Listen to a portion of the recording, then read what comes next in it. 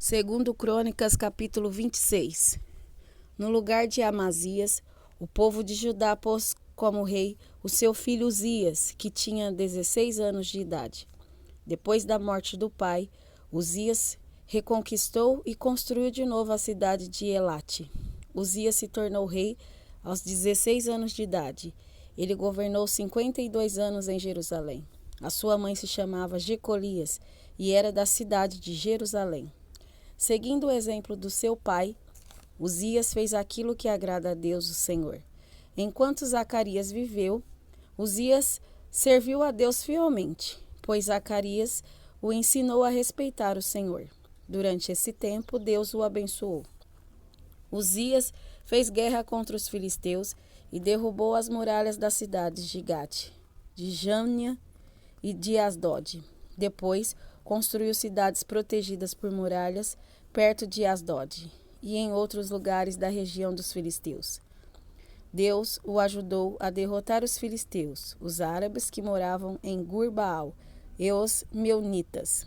O poder de Uzias aumentou e a sua fama se espalhou até o Egito, e os amonitas lhe pagavam impostos. A fim de tornar mais forte as muralhas de Jerusalém, Uzias construiu torres no portão da esquina, no portão do vale e no lugar onde a muralha faz esquina. Construiu também torres de vigia nos campos e abriu uma porção de poços, pois tinha muito gado, tanto nas planícies como nos planaltos de Judá. Tinha também homens trabalhando nas plantações de uvas e nas hortas das regiões montanhosas e nos campos férteis, pois se interessava pela agricultura. Uzias tinha um exército de homens prontos para a guerra. Eles marchavam para a batalha em grupo organizados de acordo com as listas que estavam aos cuidados do escrivão Jeiel e do oficial Maazéias. O chefe desses dois homens era Ananias, um dos generais do rei. O exército era comandado por 2.600 chefes de famílias, todos eles soldados valentes. Eles comandavam um exército poderoso de 307.500 soldados, que estava à disposição do rei nas suas lutas contra os inimigos. Uzias armou seus soldados com escudo, lanças, capacetes, couraças, arcos e flechas, e fundas para atirar pedras. Em Jerusalém, os seus engenheiros construíram máquinas de guerra que eram postas nas torres e nas esquinas das muralhas, a fim de atirarem flechas e pedras grandes. A fama de Uzias se espalhou por toda a parte. Ele se tornou muito poderoso, pois Deus o ajudava. Porém, quando se tornou assim poderoso, Uzias ficou cheio de orgulho, e essa foi a sua desgraça. Ele pecou contra o Senhor seu Deus, pois entrou no templo para queimar incenso no altar do incenso.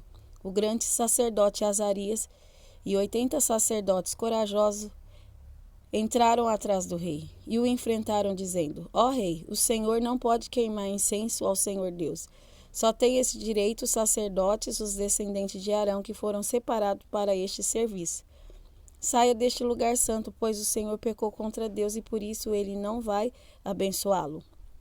Ao ouvir isso, Uzias ficou furioso com os sacerdotes. Ele estava ali no templo, perto do altar do incenso, segurando o queimador de incenso. E no momento em que ficou furioso, uma doença contagiosa da pele apareceu na sua testa. Azarias e os sacerdotes, vendo que ele estava com aquela terrível doença, o expulsaram imediatamente do templo.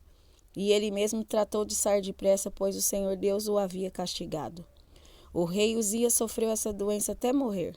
E por ter ficado impuro, ele morava numa casa separada e ficou proibido de entrar no templo.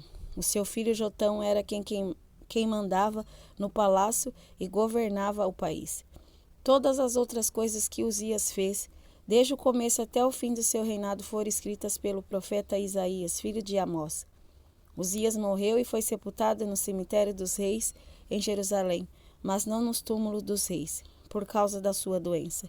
E o seu filho Jotão ficou no lugar dele como rei.